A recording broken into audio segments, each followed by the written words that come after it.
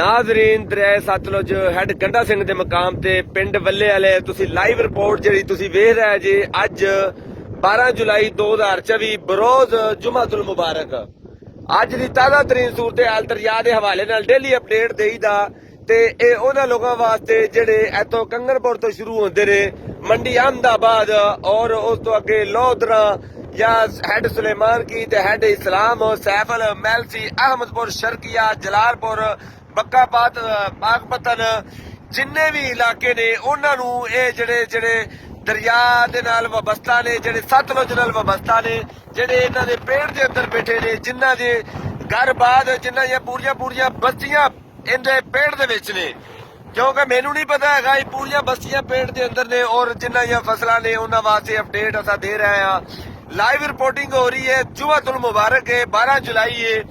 दरिया की सूरत हाल तुसीं वेखदे पै जे मेरे आवन तो पहलों जिहड़ा दरिया आ जिहड़ी इत्थे तकरीबन 12-13 फुट की टिब्बी सी जिहड़ी वो बिल्कुल खुश्क सी।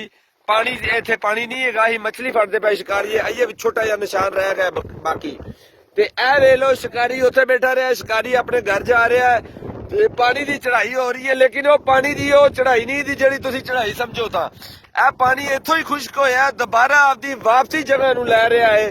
पानी पहलों इत्थे पानी सी बिल्कुल पानी जिहड़ा लत्था सी ओहो ही दोबारा वापस आ रहा अज जुमातुल मुबारक च। बारिशां अज इंडिया च भी बहुत ज्यादा हो रही ने।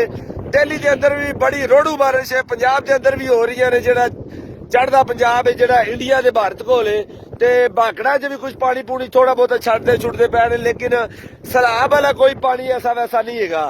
पानी तकरीबन इत्थों जिहड़ा चढ़दा है वो 5000 क्यूसक तो थल्ले रहिंदा है लेकिन अज जिहड़ा गूगल ते शो हो रहा 2000 क्यूसक पानी शो हो रहा है। इस तो पहले 2810 सी लेकिन पानी थोड़ा बहुत नॉर्मल है। इस तो ज्यादा भी होवे तो 5000 दे अड़के रहिंदा है। इत्थों पानी कदी चढ़ जाता है कदी लै जाता है। परेशानी का कोई आलम नहीं। सारा कुछ माहौल ठीक है। खुशगवार माहौल है। हवावां चलदियां पईयां ने। इत्थे भी बारिश का समा बनया पिया। उत्ते वेखो बदले तुहानूं नजर आने पै ने। बदले बिल्कुल छाए पै ने ते असां भी जाना चाहते हैं क्योंकि बारिश होगी ते असां भी भिज जाने ते पानी की जिहड़ी है चढ़न का जिहड़ा तुहानूं थोड़ा जिहा सिलसिला इत्थे वखाणे आ। ਇਹ ਜਿਹੜਾ पानी वेखो सुक्की टिब्बी दे विच पानी आवन दीयां निशानियां आ सुक्की टिब्बी च पानी वड़दा वा लेकिन इत्थों पानी लत्था ही पहलों पानी इत्थों ही लत्था वापस अपनी जगह ते आ रहा है। ये पानी वो नहीं था मुसलसल इजाफे वाला पानी नहीं था लत्था पानी चढ़ रहा है ते जदों जिहड़ा मुसलसल जिहड़ा चलदा पानी जदों वो चढ़िया ते तुहानूं जरूर ऐसा दस्सां दे भी हुण पानी 5000 तो या 4000 तो क्यूसक तो पानी हुण ज्यादा होना शुरू हो गया है। इस वक्त कोई किसी किस्म की टेंशन कोई मसला नहीं हैगा। डेली दी अपडेट दे बारे तुहानूं दसने आ।